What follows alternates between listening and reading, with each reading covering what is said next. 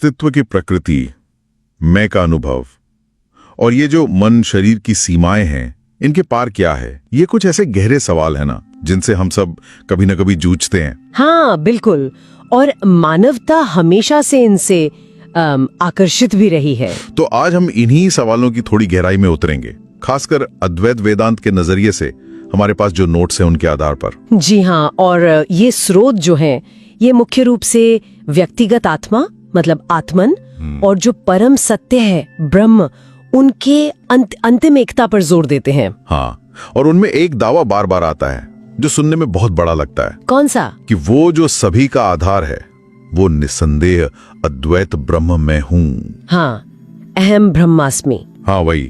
ये सिर्फ कोई फलसफा नहीं लगता, ऐसा लगता है जैसे कोई महसूस किए हुए सच का बयान हो। बिल्कुल, ये एक अनुभूत सत्य की तरह प्रस्तुत किया गया है, ना कि सिर्फ एक क्या कहते हैं बौद्धिक विचार। लेकिन यहीं पर वो सवाल उठता है, अगर यही सच है तो हम अपनी रोजमर्रा की जिंदगी में ज्यादातर समय खुद को इतना सीमित क्यों महसूस करते हैं, इतना संघर्ष करते हुए दूसरों से अलग? सही बात है, ये एक आम विरोधाभास है जो साधक महसूस करता है। तो चलिए इसी विरोधाभास को थोड़ा समझने की कोशिश करते हैं, देखते हैं ये स्रोत क्या रास्ता दिखाते हैं। तो ये जो दावा है अहम ब्रह्मास्मि, मैं ब्रह्म हूं, इसका असल मतलब क्या हुआ फिर? देखिए, इसका मतलब ये नहीं कि ये सीमित व्यक्ति, ये शरीर और मन ही ब्रह्म है, नहीं। मतलब ये है कि हमारा जो वास्तविक स्वरूप है, हमारी जो चेतना है, वो ब्रह्म से अलग नहीं है, वो एक ही है। अच्छा, तो ये एक पहचान का सवाल है कि हम खुद को क्या समझ रहे हैं। हाँ बिल्कुल, ये सिर्फ रटने वाला सिद्धांत नहीं है, बल्कि एक गहरा अनुभवजन्य सत्य है जिसकी ओर पूरी साधना का लक्ष्य होता है। इसे सिर्फ मानना नहीं, बल्कि गहराई से महसूस करना है। और यहीं पे शायद हमारी रोज की भावनाएं, हमारा अनुभव आड़े आता है। नोट्स कहते हैं कि सबसे बड़ी रुकावट है गलत पहचान। जी, मतलब खुद को सिर्फ ये शरीर मान लेना, या ये जो मन में विचार चलते रहते हैं बस वही समझ लेना। ये मैंपन या अहंकार, ये क्या चीज है असल में, जैसा स्रोतों में बताया गया है? अहंकार देखिए मूल रूप से वो गलत पहचान ही है। जब हम खुद को ये जो बदलने वाला शरीर है और ये जो चंचल मन है, इसके साथ पूरी तरह आइडेंटिफाई कर लेते हैं, मैं ये शरीर हूँ, मैं ये मन हूँ, और इसी से फिर वो अलगाव पैदा होता है। हाँ, यही गलत पहचान हमें बाकी सब चीजों से, दूसरे लोगों से कटा हुआ महसूस कराती है, और इसी से दुख, डर और सुरक्षा ये सब पैदा होता है।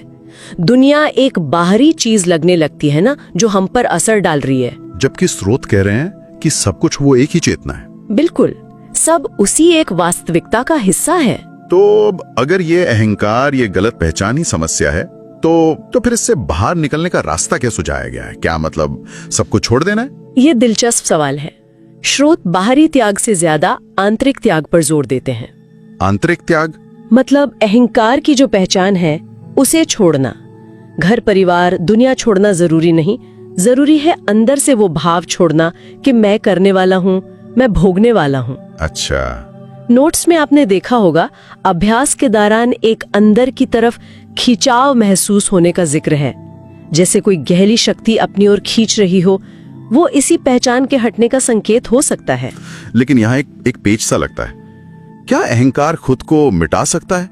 मतलब अगर मैं ही कोशिश कर रहा है खुद को खत्म करने की, तो क्या वो कोशिश ही मैं को और मजबूत नहीं कर देगी?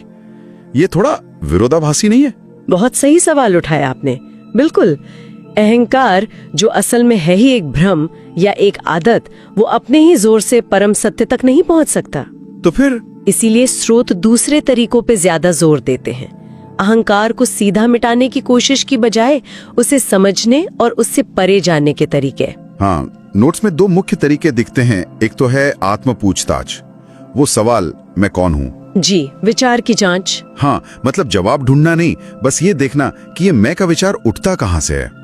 और दूसरा तरीका है साक्षी भाव। साक्षी भाव, हाँ, यानी मन, शरीर, भावनाएं, विचार जो भी आ रहा है जा रहा है, उसे बस देखना, बिना किसी लगाव के, बिना जजमेंट के। ये सुनने में तो बड़ा शक्तिशाली लगता है, साक्षी भाव, पर क्या ये बस ऐसे ही निष्क्रिय होकर देखना है? आपके नोट्स में इसका एक दिलचस्प पहलू ये है कि ये सिर्फ निष्क्रिय होकर देखना नहीं है, ये एक तरह से अहंकार को उसकी खुराक बंद करने की प्रक्रिया है। खुराक बंद करना कैसे? जैसे देखिए, रेगिस्तान में मरीचिका दिखती है ना, अगर आप उसे लगातार देखते रहें जानते हुए कि ये भ्रम है, तो धीरे धीरे वो अपना असर खो देती है। हाँ? देखा जाता है बिना उनमें उलझे तो उसे हमारी पहचान और विश्वास की ऊर्जा मिलनी बंद हो जाती है। अच्छा। और वो एक छाया की तरह धीरे धीरे फीका पड़ जाता है। तो ये निष्क्रिय नहीं है, इसके लिए लगातार सजगता चाहिए। समझ गया। तो अगर साक्षी भाव से अहंकार कमजोर होता है, तो इस अभ्यास का, इस रास्ते का अंतिम पड़ाव क्या है? ये स्रोत हमें कहाँ ले जाने की बात करते हैं?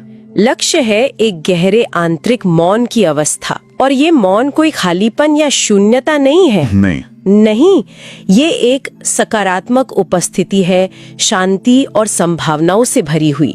इस अवस्था में वो जो बोझ होता है ना कि मैं कुछ कर रहा हूँ, मुझे कुछ पाना है, वो उतर जाता है। तो फिर कर्म कैसे होते हैं? कर्म होते हैं, लेकिन सहज रूप से, बिना फल की चिंता के, जिसे निष्काम कर्म कहा गया है। निष्काम कर्म? हाँ, और क्योंकि अधूरी इच्छाएं ही पुनर्जन्म का कारण मानी जाती हैं, तो जब इच्छाएं स्वाभाविक रूप से शांत हो जाती हैं, तो ये मुक्ति यानी मोक्ष की ओर ले जाता है। लेकिन एक और चुनौती भी तो बताई गई है नोट्स में।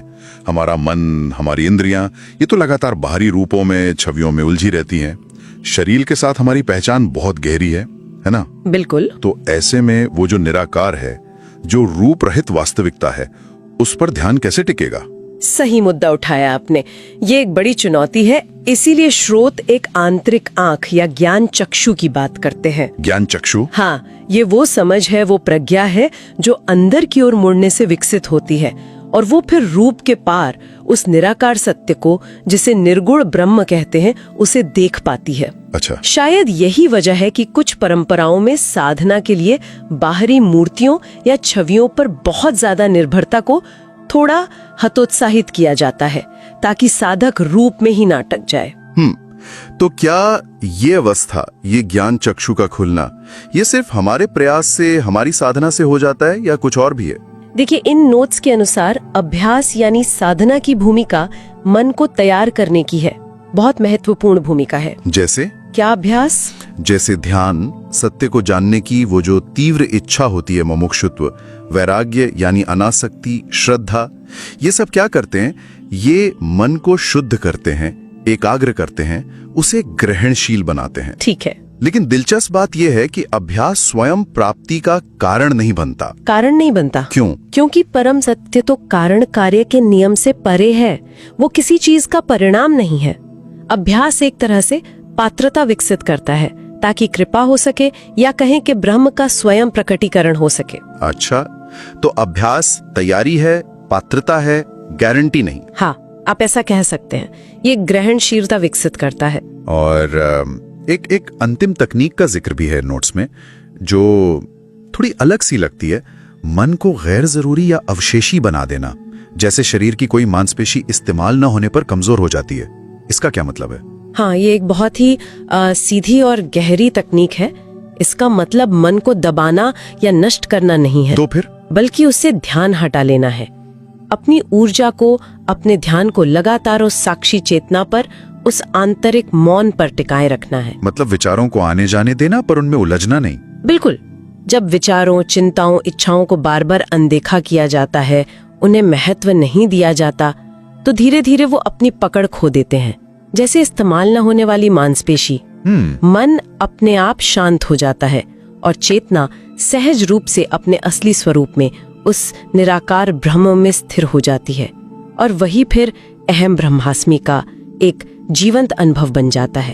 तो हमने देखा कि कैसे ये स्रोत, मैं ब्रह्म हूं के ऊंचे दावे से शुरू करके फिर अहंकार की जो बाधा है उसे समझाते हुए आत्मखोज और साक्षी भाव जैसे अभ्यासों के जरिए उस परम मौन चेतना में स्थिर होने का एक रास्ता सुझाते हैं। जी हाँ, एक पूरा मार्ग दर्शाया गया है, और यहाँ एक विचार करने वाला बिंदु उभरता है जो इन नोट से जुड़ा है। क्या?